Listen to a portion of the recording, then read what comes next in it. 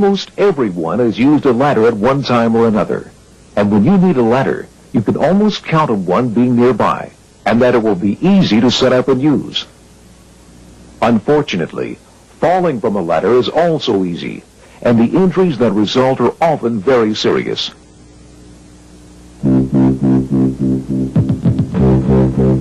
In fact, over 40,000 deaths and disabling injuries result from ladder falls each year in the United States alone.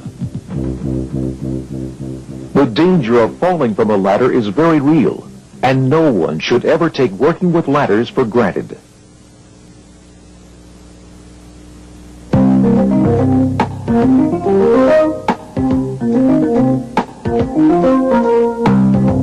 In this program, we will be taking a look at how to use portable and fixed ladders safely. Nearly all ladder accidents can be prevented by starting off with the right ladder for the job, inspecting the ladder to make sure it's in good condition, taking the time for proper ladder setup, and by following a few simple rules for climbing a ladder and working from it safely.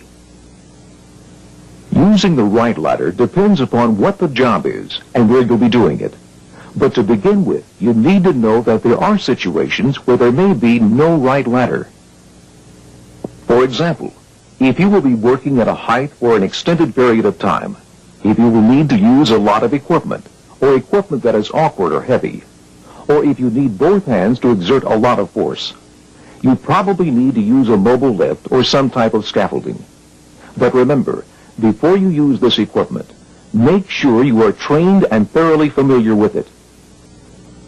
And in situations where you cannot get a stable, firm base of support for a ladder, do not use one. You'll have to find some other way to get the job done. For those jobs where you can use a ladder, the support available for the ladder is usually the key factor in using the right one. Step ladders need bottom support for all four legs. Straight and extension ladders must have both rails firmly supported, both at the top and at the base. If only one top rail can be fully supported, you may be able to find a single support attachment for the ladder, or you might have on hand a ladder designed for single top support use. If you cannot get the required top support for a straight or extension ladder, you will need to use a self-supporting ladder, like a step ladder or a mobile ladder stand. Another factor to consider is what you will be using the ladder for. If you need to simply climb to the next working level, it's best to use a ladder stand with rails, a straight ladder, or an extension ladder. Many accidents happen when someone tries to climb from a step ladder to a working surface or vice versa. As you leave the ladder, your trailing foot tends to push sideways against the ladder with a lot of force, often enough to cause the ladder to wobble, and sometimes enough to topple the ladder. For many quick jobs, it is perfectly okay to work from a common step ladder or extension ladder. But for jobs that are more involved, use a platform ladder or ladder stand if one is available. They give you a larger, more stable work platform. Now, there are very specific situations when using the right ladder means choosing a ladder made from specific materials. If you will be working with or near live electrical circuits, avoid using a metal ladder, even if you are just changing a light bulb. And don't forget, a wooden ladder which is wet can be just as dangerous as a metal ladder. If you will be using a ladder where strong chemicals are present, a wooden ladder is the safest choice. Aluminum ladders may be damaged by corrosives, fiberglass ladders by solvents. Using the right ladder always means making certain it is the correct length. Exactly how much ladder you need depends on what kind of ladder you are using and what you are using it for. If you are using a ladder to climb to another level, it must extend 3 feet beyond the upper supporting surface, unless special provisions have been made for something else to grasp and steady yourself. If you will be working from a step ladder, it must be long enough to let you reach the work without climbing higher than the second step from the top. On a straight or extension ladder, You must be able to reach where you need to without going higher than the third rung from the top. The point is, you should make sure you are taking enough ladder out to the job with you. On the other hand, you want to avoid taking way too much ladder. You will only make the job of transporting and setting up the ladder harder, and possibly more hazardous. Ladders which are far too long may put you out of easy reach of the work once the ladder is set up. Any ladder has to be strong enough. Before you use any portable ladder, make sure its rated capacity is enough to support you and whatever you take up with you. Portable ladders range from Type 3 light duty, rated for 200 pounds, to Type 1A extra heavy duty, rated for 300 pounds.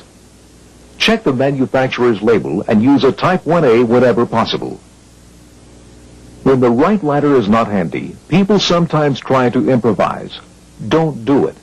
You'll almost always wind up climbing on something that is dangerously weak or unstable. Never make a ladder longer by lashing sections together. Never stand 1 or more feet of any ladder on a box, barrel, or other object.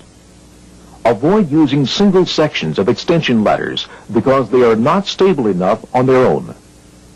And never misuse a step ladder by setting it up as a straight ladder. A job-made ladder can be very dangerous if it has not been properly constructed. Use a job-made ladder only if it has been cleared by someone who has the authority to do so.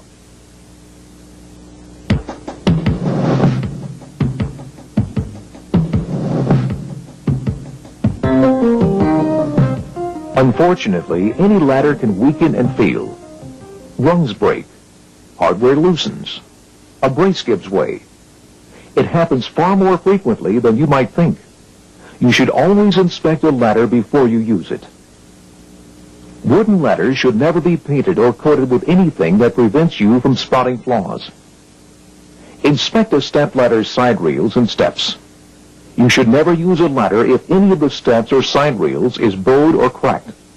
And if you find any corrosion that might have weakened a metal part, do not use the ladder. Check all connections between steps and side rails. There should be no looseness and no damaged or missing screws, bolts, rivets, or other hardware. The bracing on the back of the ladder must be in good condition in order to maintain ladder stability and strength.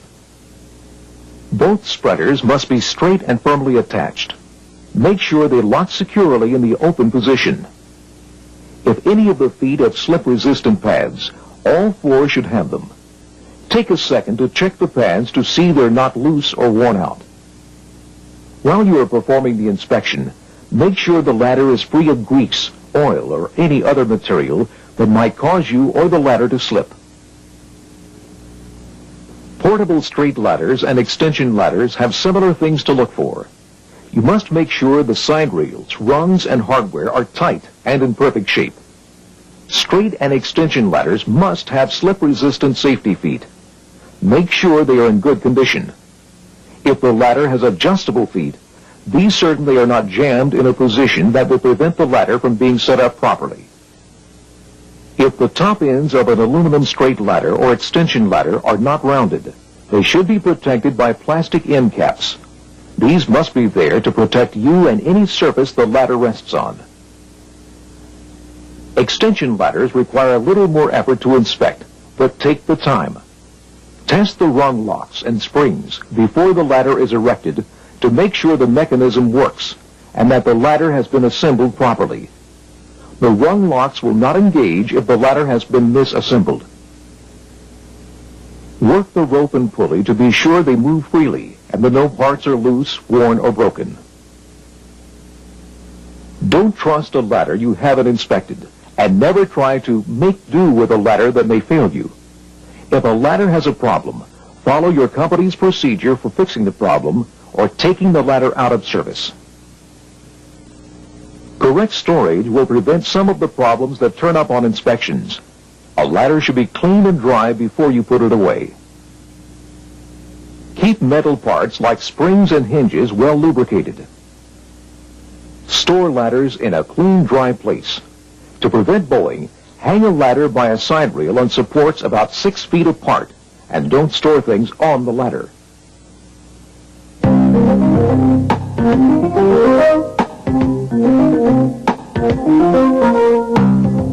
Many people hurt themselves because they do not realize that proper ladder setup is always a part of any job involving a ladder. The fact is, no matter how quickly a job can be done, there's always time to fall. Setting up a ladder begins with getting it out to the job site. You can probably carry it by yourself if the ladder is no more than 8 feet long, and if it can be carried with one hand. Hold it by one of its side rails so the ladder's front is slightly higher than the back, and its weight is balanced. And when you are changing direction, make certain the ends of the ladder won't hit anything as they swing. Do not carry a ladder vertically. Not only is it harder to control, but you have to divide your time between watching your footing and keeping an eye out for hazards overhead, like electrical lines.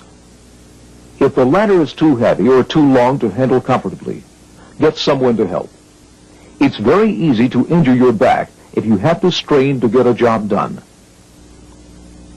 Raising a straight or extension ladder is often a two-person job. One person should brace the foot of the ladder, while the other starts at the top of the ladder and walks it up rung by rung. Once the ladder is nearly vertical, with it leaning slightly toward the structure that will support it, extend the ladder to the proper height. Finally, lower the ladder into position carefully. Remember, for any ladder to be secure, it needs to have stable support. Be wary of loose gravel, especially if it is layered over a hard surface. Take the time to clear it away so the ladder is resting on a solid surface. And if you are using a straight or extension ladder, remember, both rails must be stable on both top and bottom supports. On a stepladder, double check and make sure both spreaders are fully extended and locked into place. Rock any ladder before you get on it, just to make sure it is stable. Straight and extension ladders are strongest and most stable when they are set up at about a 75-degree angle. Use the 4-to-1 rule when setting up a straight or extension ladder. For every 4 feet of working length, the base should be set out 1 foot. The working length of a ladder is the distance along the ladder from the bottom to the top support. So, when a 20-foot ladder is set up against a wall, its base should be 5 feet from the wall, 4-to-1. An easy way to check the 4-to-1 rule is to stand in front of the ladder with your toes touching its base. Stretch your arms out straight. Your fingertips should just touch the ladder. Sometimes there are situations where you may need to take the time and trouble to secure the ladder. If you are going to work from a ladder for any extended period, if you will be climbing it repeatedly, or if the ladder will be left in place unattended, it's a good idea to block the feet and tie the ladder off at the top whenever possible. If the ladder is near any type of traffic, you need to be sure that no one can bump into the ladder or knock it over.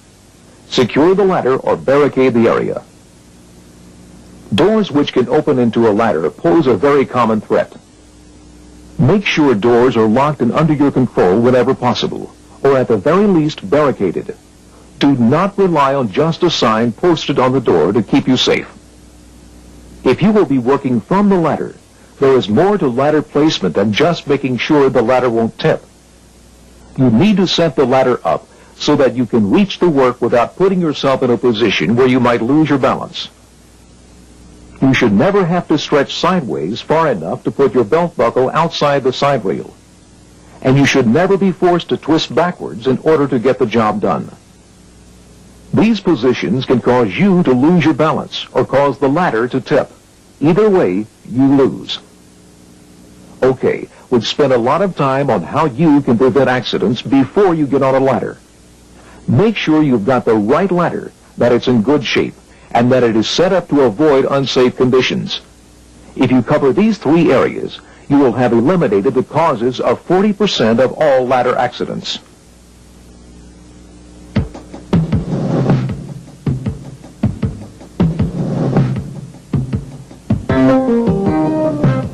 Now let's talk about how to eliminate the accidents that happen to people while climbing and working from ladders. Probably the single most important thing you can do to ensure your safety while climbing a ladder is to use both hands. Tools and material should be securely attached to your belt or hoisted up, not hand-carried, because you need both hands free to grasp the ladder. Before you take the first step, check the bottom of your shoes to make sure they aren't slippery. You need as much traction as you can get when you are on the ladder. While you are climbing, climb deliberately and not too fast. Always maintain one firm handhold while you reach for the next. As we've already said, don't climb higher than the third rung on a straight ladder or extension ladder, and no higher than the second step from the top of a step ladder. Be especially alert and deliberate when getting on and off a ladder. That's where a lot of people get hurt. Obviously, any misstep at the top of a ladder can result in a serious fall. But accidents happen at the bottom as well. Before you step off, always check the ground for anything that might cause you to stumble and twist an ankle. In most situations, always climb alone. Few ladders are designed for more than one person at a time, and most of these are fixed ladders. The combined weight and motion of more than one climber can cause a ladder to shake, twist, or even break. When working from a ladder, remember the rules. Never twist backwards.